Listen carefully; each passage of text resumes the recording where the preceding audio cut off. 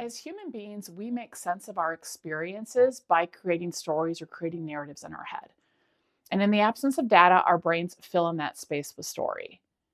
So, how do you know if the stories you are telling yourself are actually helpful, if they're serving you and others well, or if they're perhaps getting in your way of being the person that you want to be in this world? This is a conversation I have all the time with groups, with leaders, with coaching clients. And it came up again recently because I was fortunate enough to be facilitating a keynote workshop for a large conference where we dug into these faulty programs that we've identified that make up our inner operating system and have us telling ourselves stories that are really kind of head trash and don't serve us well. And how do we recognize those and start to upgrade that inner operating system to something that serves us and others better? And so, as we were going through these exercises and people were saying, "Oh my gosh, I feel so seen," and "Oh, this makes sense," we got done with the workshop, and many people were coming up to me and having conversations around their own faulty programming.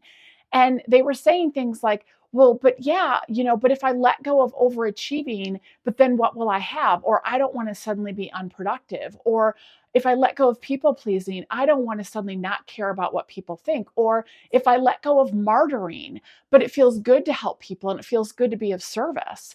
And we talked about kind of thinking about a pendulum, that when we are being run by these faulty programs, it's like the pendulum is overcorrected to one side and it's not helping us. And it's not like we're going to overcorrect to flip it all the way the other direction, where suddenly you don't care about other people or you become apathetic and sloth like, where you used to be wired for productivity.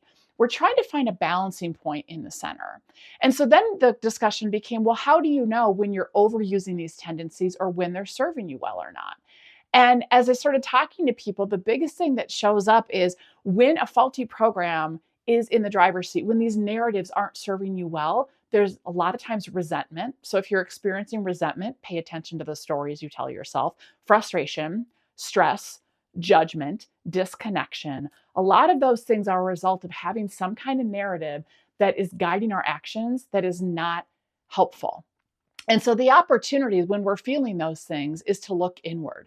It's to look in the mirror and go, what story am I telling myself? What programming might be in the driver's seat right now that feels safe and feels comfortable, but is getting in my way of being the person I want to be in this world?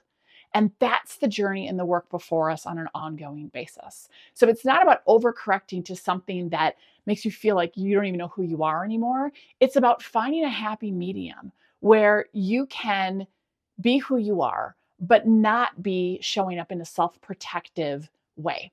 So that is my invitation, my challenge to you this week is if you notice resentment, stress, frustration, judgment, disconnection, spend some time looking inward and see if there might be a narrative that isn't serving you well and how could you shift that narrative to something that serves you and others better. I would love to hear what opens up for you as you put this into practice. And remember, when we own our stories rather than being hijacked by them, we have a greater opportunity to let more of our sparkle shine brightly.